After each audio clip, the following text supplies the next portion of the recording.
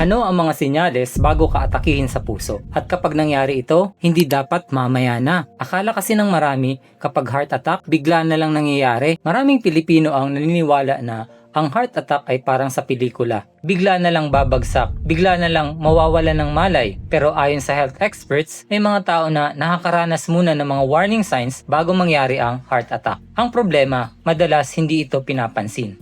Ang delikado dito, kapag hindi mo pinansin ang mga senyales, maaaring lumala ang pagbabara sa ugat ng puso. Kapag tuluyang nabara ang daluyan ng dugo, maaaring mangyari ang heart attack. At ayon sa mga pag-aaral, bawat minuto ay mahalaga kapag may problema sa puso. Kaya mas mabuting maagapan habang maaga pa. Napansin mo ba? Dati, kaya mong umakyat ng hagdan ng hindi hinihingal. Ngayon, parang mabilis ka nang mapagod. May mga pagkakataong parang may mabigat sa dibdib mo. Minsan, sumasakit ang balikat, leeg, likod o panga. Pero iniisip mong pagod lang. At dahil nawawala rin naman, hindi mo na ito pinapansin. Pero minsan, dito nagsisimula ang babala ng katawan. Ganito kasi yan. Ayon sa mga health experts, hindi lahat ng tao ay magkakaroon ng parehong simptomas bago ang heart attack. Pero narito ang ilan sa mga karaniwang warning signs. Number 1, pananakit o paninikip ng dibdib. Parang may nakadagan, mabigat o naiipit ang dibdib. Ito ang isa sa pinakakaraniwang simptomas. Number 2, madaling hingalin.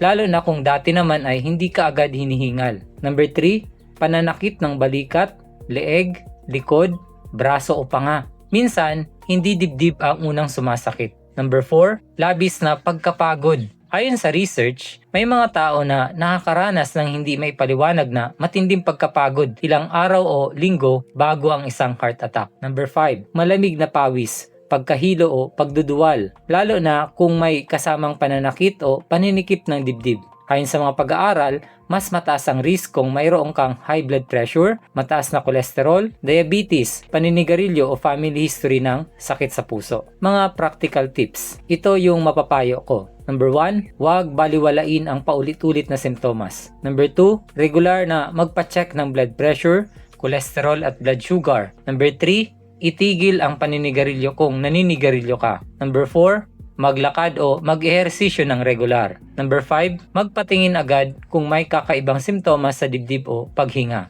Tandaan, mas mabuting magpasuri at mag-ingat kaysa magsisi kapag huli na. Hindi lahat ng pananakit ng dibdib ay heart attack. Hindi lahat ng paghingal ay problema sa puso. Pero kung paulit-ulit ang simptomas, lumalala o may kasabay kang risk factors tulad ng high blood, cholesterol o diabetes, mas mabuting magpatingin agad. May kakilala ka ba na meron ng ilan sa mga senyales na ito? I-share mo ito sa kanila. Gusto mo bang matuto paano gumaling sa natural na paraan? Attend our free online health seminar. Click the button below to register.